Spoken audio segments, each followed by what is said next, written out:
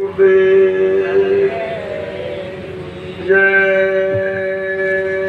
गुरुदेव गुरुदेव जय गुरुदेव जय गुरुदेव जय गुरुदेव नाम किसका प्रभु का जय गुरुदेव नाम किसका प्रभु का जय गुरुदेव नाम किसका प्रभु का प्रभु का पावन जय गुरुदेव मालिक का प्यारा नाम जय गुरुदेव मैं का जगाया हुआ नाम जय अब गुरुदेव विश्व में शांति कौन लाएंगे जय गुरुदेव मानव धर्म की स्थापना कौन करेंगे जय गुरुदेव संतयुग कौन लाएंगे जय गुरुदेव आगे आने वाले संकट मुसीबतों में रक्षा कौन करेंगे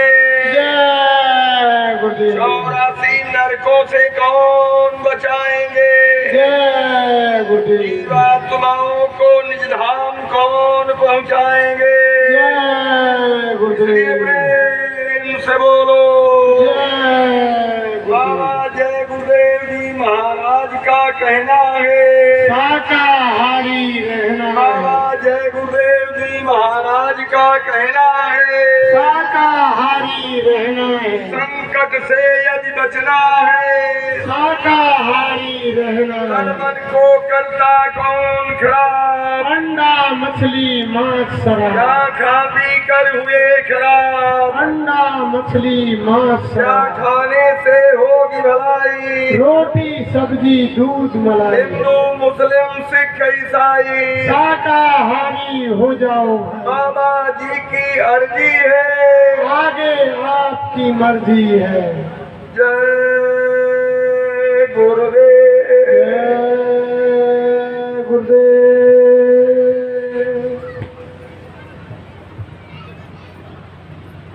प्रातः स्मरणीय सायं वंदनीय सर्वत्र विराजमान अनामी महाप्रभु परम पूज्य स्वामी जी महाराज के चरणों में सबको नमन। प्रेमी गुरु प्रेमी स्नेह मिलन सम्मेलन में पधारे हुए समस्त गुरु प्रेमी भाई बहनों धर्म प्रेमियों माताओं बुजुर्गों एवं प्यारे बच्चों सबको हमारा सादर सप्रेम जय गुरुदेव। प्रेमियों गुरु प्रेमियों सबसे पहले मैं केवल 2 मिनट का ही समय चाहता था, लेकिन भाई साहब का आदेश है कि नए लोग आए हैं तो कुछ आप संदेश गुरु महाराज को सुनाइए। आदेश का पालन करूंगा, जो भी हमसे मालिक की दया से संभव है सुनाऊंगा। लेकिन पहले मैं 2 मिनट समय मैंने मांगा था बीच में अपने गुरु भाई गुरु बहनों के लिए। मैं उस बात को पहले कहना चाहूंगा। वो बात मेरी ये है, मैं ये थोड़ा बहुत जानता हूँ। डॉक्टर यश कुमार जैन रांची वाले, ज़्यादा तो भाई हम बड़े लोगों के संपर्क में नहीं रहे, थोड़ा बहुत जानता हूँ। मुझे ये भी पता चला कि मालिक के अनन्य प्रेमी थे और मालिक के हुक्म पर एक इतने बड़े डॉक्टर, जो लोगों ने हमको बताया कि एशिया महाद्वीप के जाने माने 5 या 7 मस्तिष्क स्पेशलिस्टों में से एक थे वो डॉक्टर यश कुमार जैन। ऐसा मैंने लोगों के द्वारा सुना।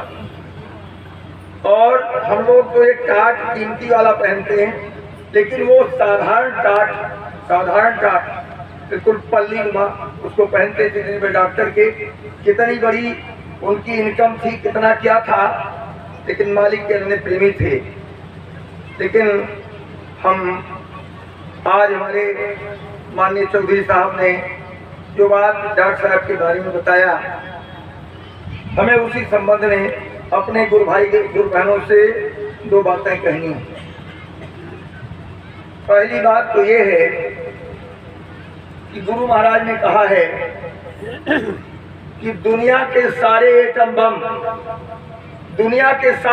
बम मेरे ऊपर लगा दिए जाए तो बाबा जी का बाल बांका नहीं कर सकते। ये गुरु महाराज के वचन है, मैं अपनी तरफ से नहीं करता, गुरु महाराज के वचन है। सारे एटम बम लगाने के बाद मेरा कोई एक बाल भी बांका नहीं कर सकता।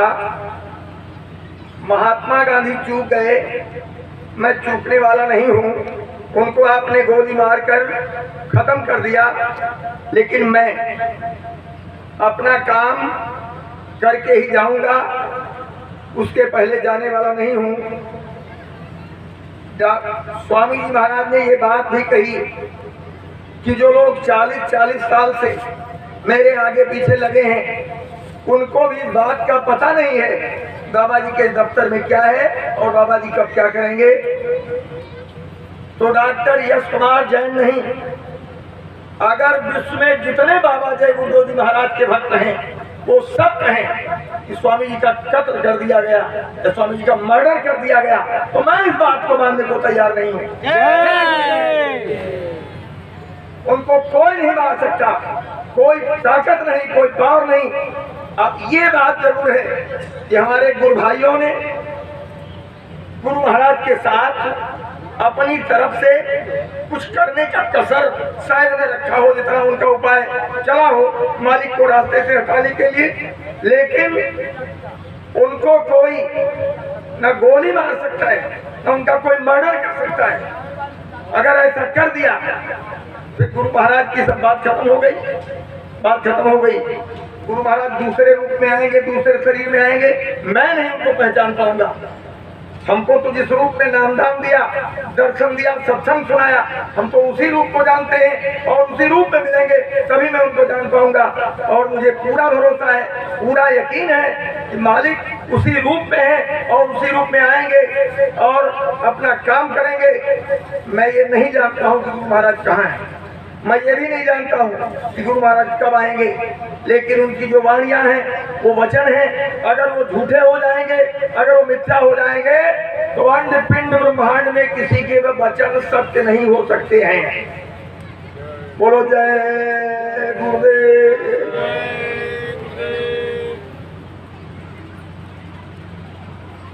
गुरु प्रेमी भाई बहनों, धर्म प्रेमियों,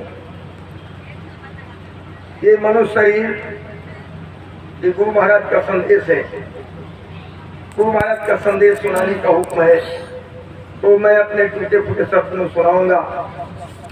गुरु महाराज ने अपना संदेश देते हुए कहा कि मानव शरीर एक किराए का मकान है।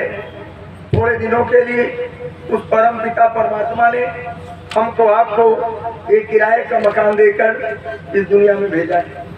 इसमें गिनती की श्वासों की पूंजी भर दिया है।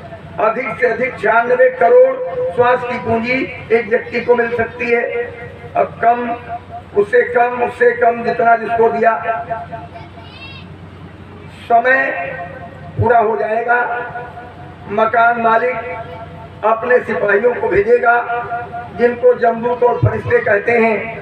वो हमारे आपके सामने एक बिला जमानती वारंट यानी हुक्मनामा लेकर आएंगे और कहेंगे, ए इंसान, ए मनुष्य, तुम्हारा समय पूरा हो गया, अब तुम जल्दी से इस मकान को खाली कर दो। गुरु महाराज ने कहा उनकी शकल सूरत इतनी भयानक होती है कि देखते ही देखते आदमी का यानी होशोहवास गुम हो जाता है। उनकी आवाजें इतनी डरावनी होती हैं कि आदमी की आंखें उलट जाती हैं, चेहरा फट हो जाता है, देखना सुनना बोलना सब खत्म हो जाता है। जब उनके कहने पर हम लोग इस किराए के मकान को खाली नहीं करेंगे तो फौरन हम ट्रेन में रहे, बस में, सड़क पर, चारपाई पर, बिस्तरे पर, मंदिर में, मस्जिद में, चर्च में, गुरुद्वारे में, देश में, प्रदेश में, जहाँ भी होंगे वहीं हमको पटक कर और हमारे सीने पर सवार हो जाएंगे इस मानव शरीर में, इंसानी जामे में, दोनों आंखों के पीछे मध्य भाग में जहाँ माताएं बहनें बिंदी और टिकली लगाती हैं, पंडित जी ऋषि मुनि महात्मा तिलक और चंदन लगाते हैं, इसी जगह गुरु महाराज ने बताया कि जीवात्मा की बैठक है। 1.5 इंच की दूरी पर जीवात्मा पीछे बैठी हुई है। जीवात्मा का प्रकाश शरीर के रोए रोए में फैला हुआ है। जैसे सूरज कहीं निकलता है उसका प्रकाश सारे देश दुनिया में फैल जाता है, ऐसे ही जीवात्मा का प्रकाश फैला हुआ है। जब उनके कहने पर हम इस किराए के मकान को स्वेच्छा खाली नहीं करेंगे तो जीवात्मा के प्रकाश को जमदूत और फरिश्ते हमारे शरीर से पैर के दाहिने अंगूठे से समेटना शुरू करते हैं। और जब प्रकाश समेटा जाता है तो एक एक नसें फटने लगती हैं, हड्डियां चट चट टूटती हैं और लाखों लाख बिच्छुओं के डंक मारने का दर्द शरीर में शुरू हो जाता है। सहजो भाई, आपके शायद राजस्थान में ही महिलाओं में एक संत हुई हैं जिन्होंने अपना अनुभव लिखा है कि सहजो मरने के समय पीड़ा हुए अपार और बिच्छू 60,000 दिन डंक मारे एक बार। 60,000 बिच्छुओं ने एक बार ही डंक मार दिया। इससे ज्यादा पीड़ा उस समय होती है। और ज्यों-ज्यों प्रकाश समेटता जाता है शरीर का निचला हिस्सा ठंडा होता चला जाता है। जब समेट करके और दोनों आंखों के पीछे लाएंगे जहाँ जीवात्मा की बैठक है तो फिर एक तमाचा इतनी जोरों का लगता है, ये लगता है कि दुनिया के सारे पहाड़ हमारे ऊपर गिर गए। और बड़ी निर्दयता और क्रूरता के साथ वो जमदूत हमारी आपकी जीवात्मा रूह को निकाल करके जिस्म से बाहर कर देंगे। हमने आपने अपने जीवन में तमाम काम किए, पढ़ाई लिखाई किया, नौकरी चाकरी की, बिजनेस व्यापार किया, शादी ब्याह किया, बाल बच्चे इकट्ठा किए, जमीन जायदाद इकट्ठा किया, घर मकान बनवाया, गाड़ी घोड़ा लिया, मान सम्मान इकट्ठा किया, पद डिग्री तमाम चीजें प्राप्त की। वो सारा साजो सामान एक तरफ पड़ा रहता है, शरीर अलग पड़ा, जीवात्मा अलग। फौरन वो जमदूत उसको बांध कर मारते पीटते घसीटते यहाँ से 56,000 योजन की दूरी पर ले जाएंगे। 4 कोस का 1 योजन होता है। 56,000 योजन की दूरी पर गुरु महाराज ने बताया जहाँ जमलोक है, जहाँ पर धर्मराज का दरबार सदा सर्वदा से लगा हुआ है। जो पापात्माओं के लिए यमराज कहलाते हैं, पुण्यात्माओं के लिए धर्मराज कहलाते हैं, उनकी कचहरी में पेश किया जाएगा। ये शरीर तो यहीं पड़ा रहेगा, लेकिन इसी से मिलता जुलता 17 तत्वों का लिंग शरीर, उसमें जीवात्मा को प्रवेश कराकर और वहाँ पेश किया जाएगा। वो हमसे आपसे पूछेंगे, यह इंसान है मनुष्य, जब तुम माँ के गर्भ में उल्टे लटके थे और करोड़ कंदन कर रहे थे, जब बच्चा माँ के पेट में आता है, ये जब पिंड 5 महीने 10 दिन का बनकर तैयार होता है तो जीवात्मा को लाकर प्रवेश करा दिया जाता है। बच्चा माँ के पेट में हरकत करने लगता है। उस समय बड़ी तकलीफ, क्योंकि बच्चे की स्थिति कैसी रहती है, मात गर्भ उल्टा लटकाना, गादुर पक्षी के समाना। जैसे चमगादड़ सर नीचे पैर ऊपर करके तारों पर पेड़ों पर लटकता रहता है, ऐसे ही हम लोग माँ के पेट में लटके थे। जहाँ टट्टी पेशाब का रास्ता, वहीं पर हमारा आपका आँख कान नाक मुंह, इतनी बदबू इतनी सड़न बर्दाश्त नहीं हो रही थी। और उस अंधकार भरी कोठरी में हवा वहाँ पास नहीं होती। बच्चा बहुत छटपटाता है, व्याकुल होता है, बच्चा बच्ची कोई भी हो। तब जब बहुत रोता है, करोड़ कंदन करता है, तो माँ के गर्भ में ज्योतिष स्वरूप में 3 लोक के मालिक का दर्शन होता है।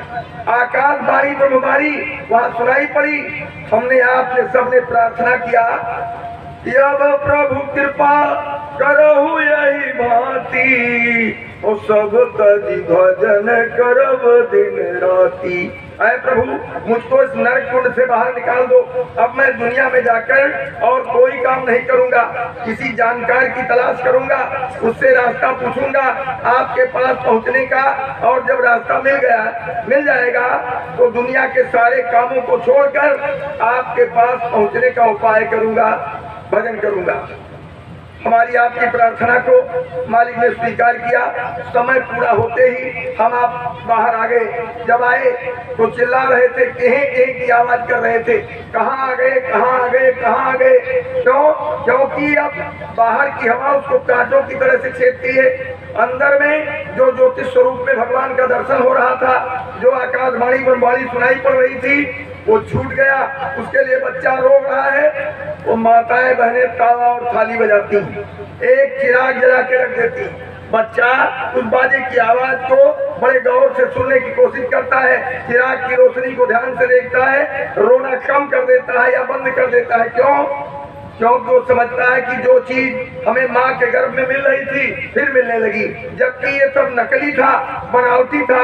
धीरे धीरे वो असली को भूलता गया और नकली में फंसता गया।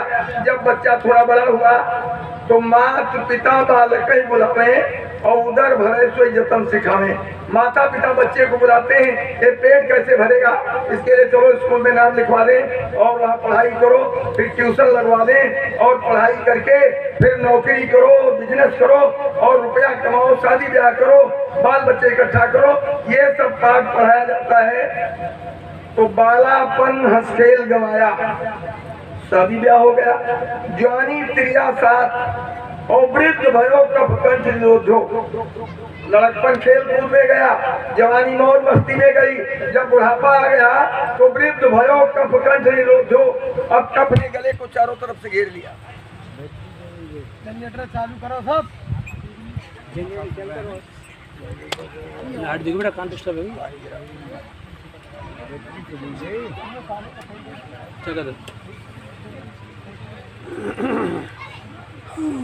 क्या कर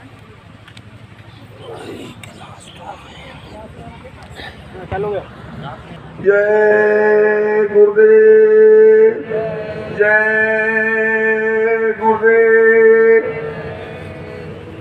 तो जब वृद्ध हो गए, कफ ने चारों तरफ से गले को घेर लिया और कमर झुक गई, श्वास फूलने लगा, खांसी आने लगी। अब न हम किसी ऋषि मुनि महात्मा की तलाश कर सकेंगे, और अगर मान लीजिए कोई मिल भी जाए और कोई साधना का तरीका बता दे तो अब हमसे बैठा नहीं जाता। घंटे 2 घंटे बैठकर साधना नहीं कर सकती, धन भी नहीं कमा सकते कि ऐसे महापुरुषों की कुछ धन से ही सेवा कर दी जाए। तन भी मजबूर हो गया, थक गया, तन से भी कोई सेवा नहीं की जा सकी। तो न तन से किया, न मन से किया, न धन से किया। आए थे हरिभजन को, ओटन लगे कपास। दिवस गंवाया खाए कर, रैन गंवाई सोए, और हीरा जन्म मोल था कौड़ी बदले जाए। कौड़ियों के बदले में हमारा आपका ये अनमोल हीरा मानो शरीर चला गया। और जब हुक्मनामा आ गया कि खाली करो तो हम घबरा गए। तो जब वो ले जाएगा और पूछेगा कि आपने माँ के गर्भ में ऐसा वादा किया था, आपने उस वादे के मुताबिक कौन सा काम किया, तो हमारे आपके पास कोई जवाब नहीं होगा। क्यों नहीं होगा? क्योंकि हमें आपको उस समय कोई याद नहीं रहेगा। कैसे नहीं याद रहेगा? जैसे अभी हमसे कोई पूछे कि आज के 50 साल पहले आपने कौन कौन से काम किए, 60 साल 70 साल पहले क्या किया, 40 साल 20 साल पहले क्या किया, तो हमारा आपका उत्तर होगा कि सारी बातें याद नहीं है, कुछ याद है बाकी भूल गए। जब अभी भूल गए तो फिर मौत के बाद कुछ याद रहने का कोई प्रश्न नहीं। भाई बहनों, परम पूज्य स्वामी जी महाराज ने कहा कि जिस दिन लड़के की उम्र 5 साल की और लड़की की 7 साल की हुई, उसी दिन से एक जमदूत, एक फरिश्ता कंधों पर बिठा दिया गया, जो एक ऑटोमेटिक कैमरा जो कभी बंद नहीं होता, कभी खराब नहीं होता, उसको ले करके हमारे जीवन की पूरी वीडियो फिल्म तैयार करता रहता है। कब हमने क्या किया, अच्छा किया, बुरा किया, जो भी करते हैं सब तैयार करता है। वो फौरन वहाँ पर हाजिर होगा और पूरी वीडियो फिल्म दिखा देगा, 5 साल और 7 साल की उम्र से लेकर मरने तक। उसके पहले 5 और 7 के पहले जो हमने किया अज्ञानता में सब माफ है, लेकिन उसके बाद माफ नहीं। अब वो बात अलग है कि महापुरुष मिल जाए तो वो सारे कर्मों को जला देते हैं, माफ कर देते हैं। लेकिन जिनको कोई सदगुरु महापुरुष नहीं मिलेगा तो उनके सारे कर्म निकल कर आते हैं। और जब आए तो देखा तुमने कितना मांस खाया, कितनी मछलियां खाई, कितने अंडे खाए, कितना शराब पिया, कितनी चोरी की, कितनी डकैती डाले, कितने कत्ल किए, कितने झूठे मुकदमे लड़े, कितनी झूठी गवाहियां दी, कितनों को धोखा दिया, कितनी बेईमानी की, और कितने बेजबान बेगुनाह निरीह पक्षियों को काटा और मारा। वो बेचारे छटपटाते रहे, चीखते चिल्लाते रहे, अपनी भाषा में रोते रहे, हाथ पैर पटकते रहे, लेकिन हमने अपनी जवानी की अकड़ैत में, अपनी बुद्धि, अपने ज्ञान की अकड़ैत में उनके तकलीफों की तरफ कोई तवज्जो नहीं की। इस तरह से जब दृश्य वहां निकलता है, कितनी शराबें पी, कितनी धूर्तबाजी किया, ये सब जब दृश्य निकलता है, परम पूज्य स्वामी जी महाराज ने कहा कि फौरन उनका हुक्मनामा जारी होता है कि इसने माँ के गर्भ में किए गए वादे के मुताबिक कोई काम नहीं किया। हमने समय समय पर तमाम यानी शक्तियों को भेजा, उन्होंने जगह जगह अपने संदेश दिए, उपदेश दिए, उस पर सुनकर कोई तवज्जो नहीं की। वो आत्माओं ने तमाम गीता, रामायण, पुराण बाइबिल धर्मशास्त्र बनाकर छोड़े, उनको भी पढ़कर उन पर कोई तवज्जो नहीं किया, पर पीड़ा हिंसा जीवन भर लादा पाप शरीर, जीवन भर हिंसा हत्या करता रहा, पाप कर्म करता रहा। अब इसको ले जाओ 1 करोड़ वर्ष तक काटने वाले नरक में। परम पूज्य स्वामी जी महाराज ने कहा कितना बारीक बारीक काटते हैं कि दुनिया की कोई मशीन उतना बारीक काट नहीं सकती। काटना और जोड़ना लगातार 1 करोड़ वर्षों तक, कितनी दर्द, कितनी पीड़ा बयान नहीं हो सकता है। फिर वहां से निकाला तो कहा 1 करोड़ वर्ष तक जलाने वाले नरक में। कहा कि बड़ी बड़ी भीषण प्रचंड ज्वालाएं जैसे जमीन से आसमान को छू रही हो, इतनी बड़ी बड़ी ज्वालाओं में वो निर्दयी जमदूत लाखों लाख मील लंबी लगियों पर जीवात्माओं को टांग कर जलाते रहते हैं। हाय बचाओ, हाय बचाओ, हाय बचाओ, चारों तरफ चीख चिल्लाहट मची रहती है, लेकिन वहां किसी की स्त्री मदद नहीं कर सकती, किसी का पति मदद नहीं कर सकता, किसी का बाप वहां मदद नहीं करने जाएगा, किसी का बेटा नहीं जाएगा, कोई इष्ट मित्र नातेदार रिश्तेदार अड़ोसी पड़ोसी कोई किसी की मदद नहीं कर सकता है। कोई वकील वहां बहस नहीं कर सकता, कोई रिश्वत और सिफारिश नहीं कर सकती। फिर वहां से निकाला तो 1 करोड़ वर्ष तक सलाने वाले नरक में, यानी मलमूत्र, टट्टी, पेशाब और मुर्दा कुंडों में डालकर 1 करोड़ वर्षों तक सजाएं दी जाती हैं। हाहाकार मचा रहता है।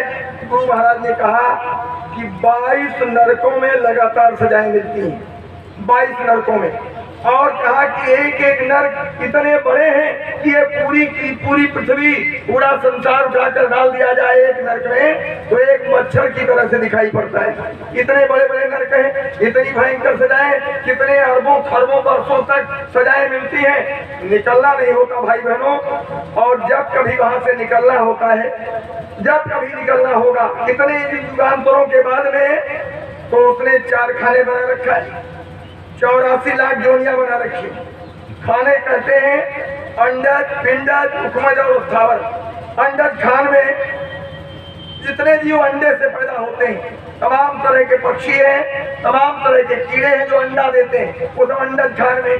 फिर दूसरा पिंडज, जिनका जिस्म पैदा होता है, शरीर, जैसे तमाम पशु हैं, जानवर हैं, आदमी हैं, ये सब पिंडज खान में है। फिर उखमज, जो बिना माँ बाप के पैदा होते हैं, जाड़े में, गर्मी में, बरसात में, कपड़ों में, बालों में, मिट्टी में, चारपाई में, गंदे स्थानों पर तमाम छोटे छोटे जन्म जीवाणु अनायास पैदा हो जाते हैं, वो सब उखमज खान में है। और अस्थावर, चौथी खान है अस्थावर, जो चलते फिरते नहीं, ताउर पूरी जिंदगी एक ही जगह पर खड़े बैठे रहते हैं। जैसे तमाम तरह के वृक्ष हैं, तमाम तरह की वनस्पतियां हैं, तमाम तरह की झाड़ियां हैं, ये सब अस्थावर खान में है। ये 4 खाने हैं और 84 लाख प्रकार की योनियां हैं। अब इन खानों में जीवात्मा को इसमें से निकाला, उसमें बंद किया, उसमें निकाला, उसमें बंद कर दिया, अरे भाई चींटा बना दिया, और कोई मोटरसाइकिल से जा रहा है और फौरन पड़ा, फट से प्राण निकल गए। क्या कर सकते हो? वही जीवात्मा जो हमारे आपके मानव शरीर में है, आज चींटी की योनि में चली गई। उसने पेड़ बना दिया, यानी जंगल में साखू का पेड़ बना दिया तो हजारों वर्ष तक खड़े रहिए, कभी बैठे ही नहीं सकते। उसने गधा बना दिया तो ले गया भट्ठे पर और इतने ईंटे लादा कि जब पैर के नीचे का ईंटा फूट गया तब वो समझेगा कि अब इसका बोझा पूरा हुआ। आपके पेट में दर्द है, आपको बुखार है, आपको प्यास लगी है, आपको भूख लगी है, कुछ कह नहीं सकते, इतनी दुर्गति होती है। यानी 84 लाख योनियों में जीवात्मा ऐसे भटकती रहती है, जन्मना मरना, भटकते चारों खानों 84 लाख योनियों में भटकने के बाद अंत में गुरु महाराज ने कहा कि जीवात्मा को गाय अथवा बैल का शरीर मिलता है। अंत में गाय अथवा बैल की योनि में जीवात्मा आती है। ये 84 की अंतिम योनि है। नरक भोगने के बाद 84 होगी और जब गाय बैल की योनि में आए तो गाय जब अपनी मौत से मरती है तो उसे लड़की का जन्म मिलता है, और जब बैल अपनी मौत से मरता है उसे लड़के का जन्म मिलता है। ये महात्माओं का विज्ञान है, इसको कहते हैं स्पिरिचुअल साइंस, पराविद्या, आत्मवाद, अध्यात्मवाद। इसीलिए स्वामी जी ने कहा कि अपने यहाँ ऋषि मुनि महात्माओं ने गौ हत्या करना सबसे बड़ा पाप बताया था। वैसे तो जिस जीव को हम बना नहीं सकते, सबको मारना पाप है, किसी को मारने का हमको हक नहीं है। मारेंगे तो मारे जरूर जाएंगे, बदला देना पड़ेगा, लेकिन गौ हत्या सबसे बड़ा पाप क्यों बताया गया? इसीलिए कि गौ हत्या, गाय या बैल शरीर पाने के बाद जीवात्मा फिर मानव शरीर में आती है, मानव शरीर में फिर आती है। अगर बीच में उसका कत्ल कर दिया गया तो जितनी स्वास्थ्य की पूंजी बकाया है उतने दिनों के लिए ये जीवात्मा प्रेताजन्म में चली जाती है, प्रेत और चुड़ैल बनकर रहती है। और वहाँ पर स्वामी जी महाराज ने बताया कि उनका पेट प्रेतों का बहुत बड़ा होता है और मुंह इतना बारीक होता है कि एक बाल के हजारों टुकड़े कर दिए जाए उससे बारीक। पेट में भूख लगती है, मुंह के रास्ते कुछ जाता नहीं, तब वो चिड़चिड़े स्वभाव के हो जाते हैं, कभी इनको लग गए कभी उनको लग गए, परेशान करते हैं। तब लोग सोखा ओझा के पास दौड़ते हैं, चक्कर लगाते हैं। अब वहां से जब वो जीवात्मा निकल कर आएगी मानव शरीर में, ऐसे लड़के लड़कियां बड़े चिड़चिड़े स्वभाव के होते हैं। यानी माँ बाप को न मानना, अध्यापक को न मानना, गुरु भगवान देवी देवता किसी को न मानना, लड़के लड़कियां सब और सब को तबाह कर देते हैं, बात में झगड़ा करना। यानी स्वामी जी ने कहा कि प्रेतों और चुड़ैलों जैसा स्वभाव मानव शरीर में आने पर भी उनका बना रहता है। इसलिए महात्माओं ने कहा था कि गाय बैल की खूब सेवा करना, ये जब समय पर इनको चारा पानी देना, और जब वृद्ध होकर अपनी मौत से मरेंगे तो आपके घरों में जो संतानें पैदा होंगी वो बड़े सज्जन, बड़े सुशील, बड़े पुण्यात्मा, बड़े धर्मात्मा, बड़े सदाचारी, बड़े सुविचारी होंगे। माता पिता गुरु भगवान देवी देवताओं को मानने वाले होंगे। ये बात कही गई थी, लेकिन बीच में आपने कत्ल करवा दिया। जिसकी भी अकाल मौत हो जाएगी, गाय बैल ही नहीं, हमारी आपकी किसी की भी जिसकी अकाल मौत हो जाती है, एक मौत होती है, एक अकाल मौत होती है। ट्रेन पलट गई, भूकंप में दब गए, एक्सीडेंट हो गया, गोली किसी ने दाग दिया, बम गिर गया, अकाल मौत जिसकी होती है वो सब आत्माएं प्रेताजन्म में चली जाती हैं और प्रेताजन्म में बड़ी तकलीफ होती है। तो प्रेमी भाई बहनों, गाय बैल के शरीर के बाद मानव शरीर मिलता है। मानव शरीर क्या चीज है? गोस्वामी जी महाराज ने मानस में लिखा है कि बड़े भाग्य मानुष तन पावा, असुर दुर्लभ सदग्रंथ निगावा। देवी देवता स्वर्ग मंडल में बैठकर 24 घंटे उस परम पिता परमात्मा से प्रार्थना करते हैं कि हे प्रभु, मुझको एक बार मनुष्य शरीर दे दो। जिस मनुष्य शरीर को पाकर हम लोग देवी देवताओं के मंदिरों में जाकर अपना रोना रोते हैं, हे देवी हे देवता, हमारी बीमारी दूर कर दो, हमें बच्चे दे दो, हमें धन दे दो, हमें ये दे दो, हमें वो दे दो। वो देवी देवता 24 घंटे उस मालिक से प्रार्थना करते हैं कि प्रभु मुझको एक बार मनुष्य शरीर दे दो, लेकिन उनको मिलता नहीं जल्दी, और हमको आपको मिल गया है। ये उस मालिक की बहुत बड़ी कृपा है। बड़े भाग मानुष तन पावा, सुर दुर्लभ, देवताओं को दुर्लभ है, सब ग्रंथन गावा। तो मानव शरीर में विशेषता क्या है? प्रेमी और प्रेमी भाई बहनों, धर्म प्रेमियों, ये देश हमारा आपका नहीं है, ये परदेश है। हम सब लोग परदेश में हैं। ये काल भगवान का देश है। काल किसको कहते हैं? जिसने हमको आपको सुंदर शरीर दिया, पति दिया, पत्नी दिया, बेटा दिया, बेटी दी, भाई बहन, धन दौलत, विद्या बुद्धि, मकान दुकान, मान सम्मान, सब कुछ किसने दिया है? काल भगवान ने दिया है।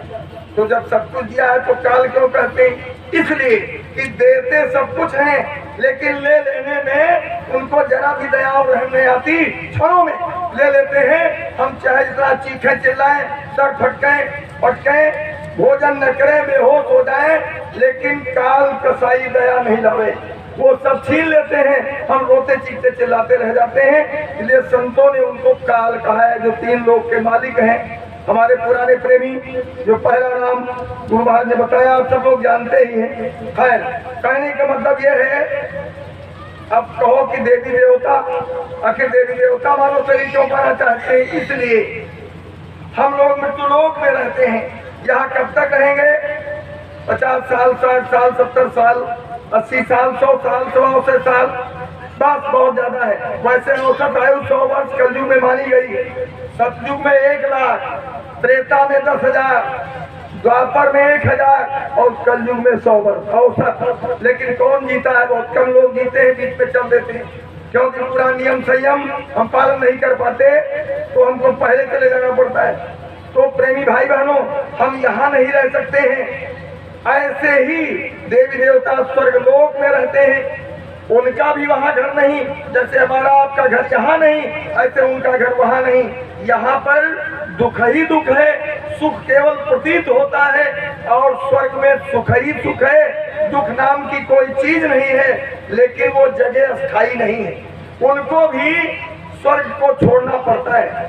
स्वामी जी महाराज ने सुनाया, एक बार कृष्ण भगवान और अर्जुन एक जंगल में बैठे हुए थे। एक पेड़ के किनारे अर्जुन का गांडीव रखा हुआ था। गांडीव की डोरी पर एक चींटा बार बार चढ़ता उतरता था। बड़े अकड़ेत में कृष्ण भगवान बड़े गौर से देख रहे थे।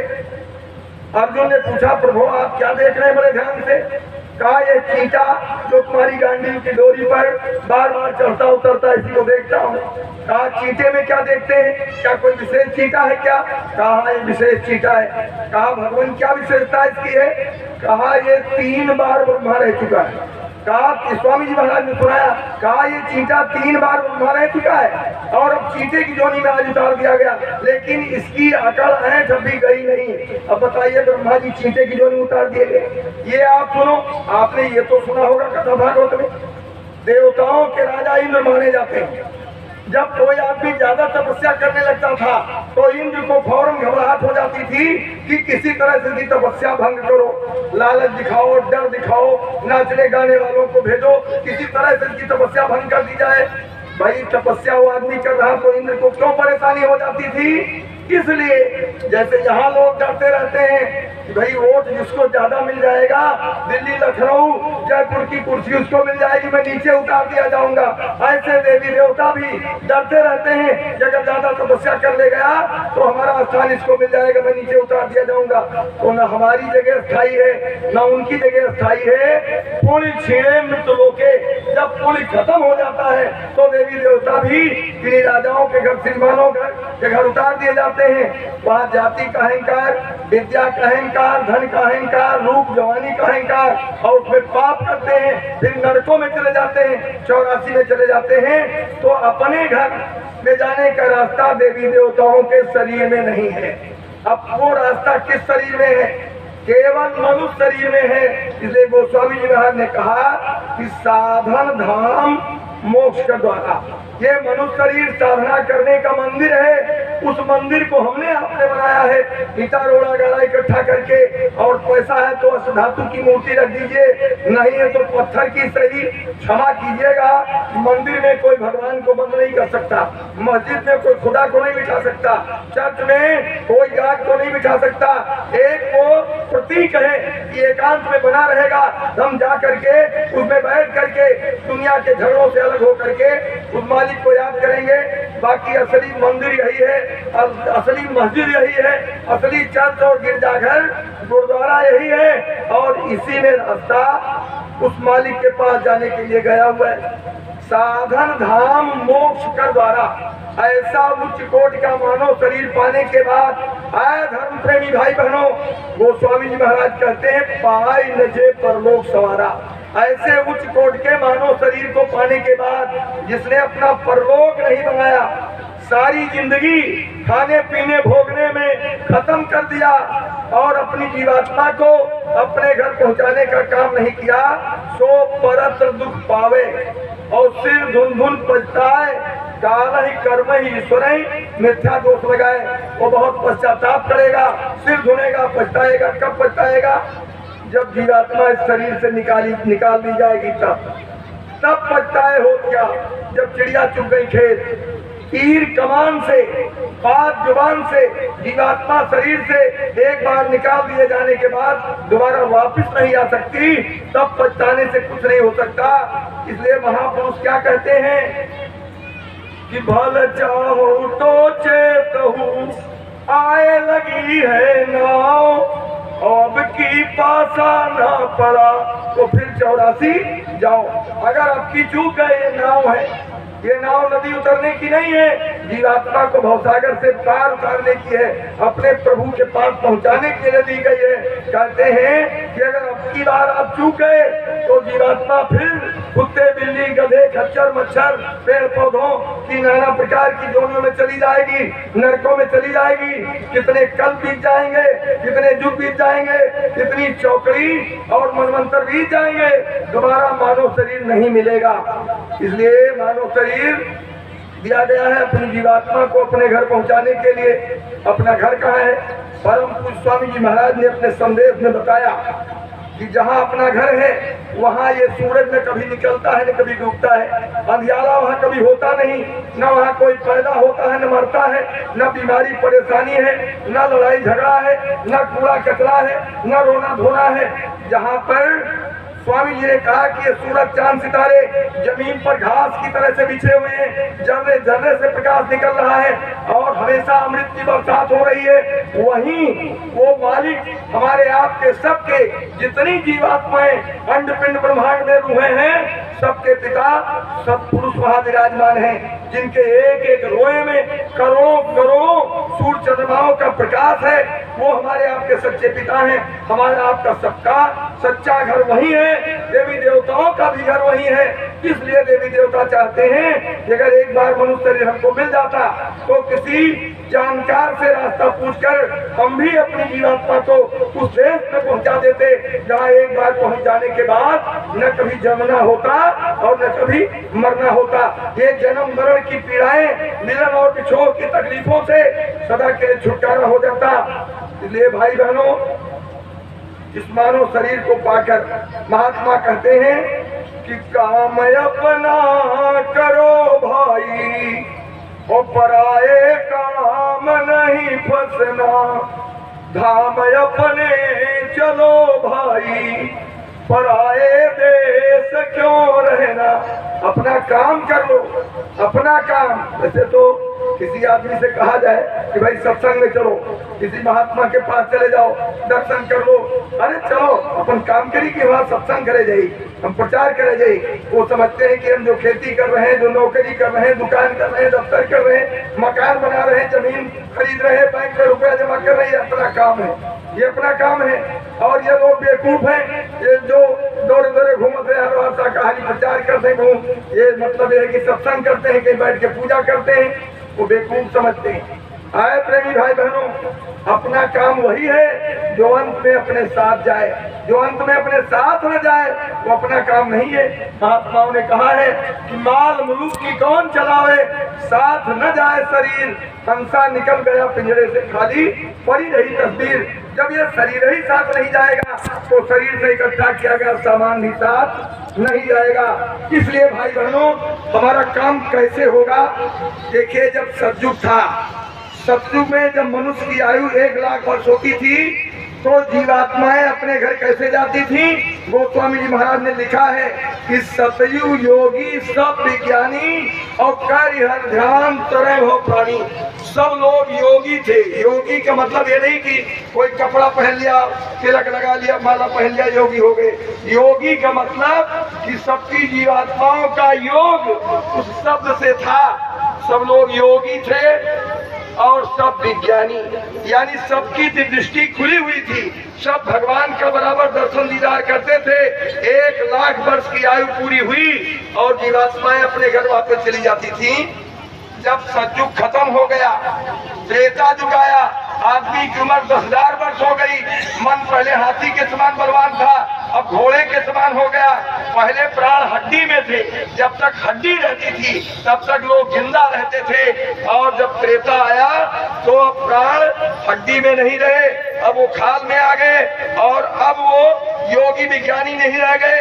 कुछ मलिनता आ गई, गंदगी आ गई, कमजोरी आ गई। तो महात्माओं ने आकर रास्ता बदल दिया घर जाने का। क्या रास्ता जारी किया? तो लिखा गोस्वामी जी ने,